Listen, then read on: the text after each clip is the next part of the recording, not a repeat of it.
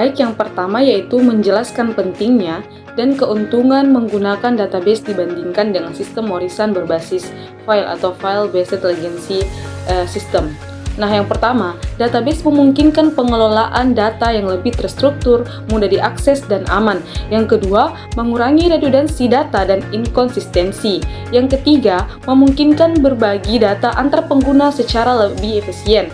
Yang keempat, memudahkan proses backup dan recovery data. Dan yang terakhir, sistem file-based rentan terhadap duplikasi data dan kesalahan integritas, sementara database bisa menjaga integritas data dengan lebih baik. Baik, yang kedua yaitu menjelaskan perbedaan antara file-based system dan database. Nah, file-based system merupakan data yang disimpan dalam file terpisah, tidak ada hubungan antar file, sulit dalam hal integrasi data, dan rawan duplikasi serta inkonsistensi.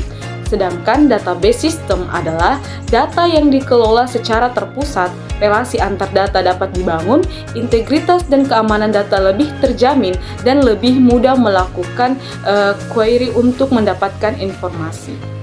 Yang ketiga yaitu menjelaskan konsep fundamental sistem database seperti DBMS, skema, kamus data, dan bahasa DBMS. DBMS atau kepanjangan dari Database Management System, yaitu perangkat lunak yang digunakan untuk mengelola database. Sedangkan skema yaitu struktur logis database yang mencakup tabel, relasi, views, dan lain sebagainya.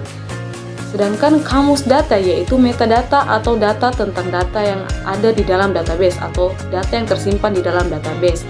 Dan bahasa DBMS biasanya menggunakan SQL untuk query, manipulasi data, dan administrasi database. Baik, yang keempat yaitu menjelaskan apa yang dimaksud dengan database relasional dan bagaimana mengorganisasi data dengan baik untuk menyimpan data pada database relasional. Nah, database relasional yaitu model database yang menyimpan data dalam tabel-tabel yang saling berelasi. Nah, data diorganisasikan dalam bentuk tabel yang memiliki baris atau record dan kolom atau field. Kemudian, relasi antar tabel dibangun menggunakan kunci primer atau primary key dan kunci asing atau foreign key. Baik, soal yang kelima yaitu membuat seperangkat tabel yang terstruktur dengan baik untuk menyimpan data pada database relasional.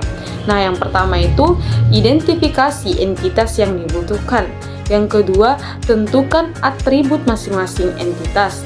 Dan yang ketiga, buat tabel dengan kunci primer untuk setiap entitas. Dan yang terakhir, tentukan relasi antar tabel menggunakan kunci asing.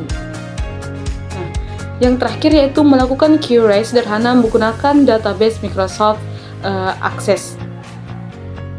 Menggunakan SQL atau Feature Design Query di Microsoft Access yaitu untuk yang pertama menampilkan data atau select, yang kedua menambahkan data baru atau insert, yang ketiga yaitu memperbarui data atau update, dan yang terakhir yaitu menghapus data atau delete.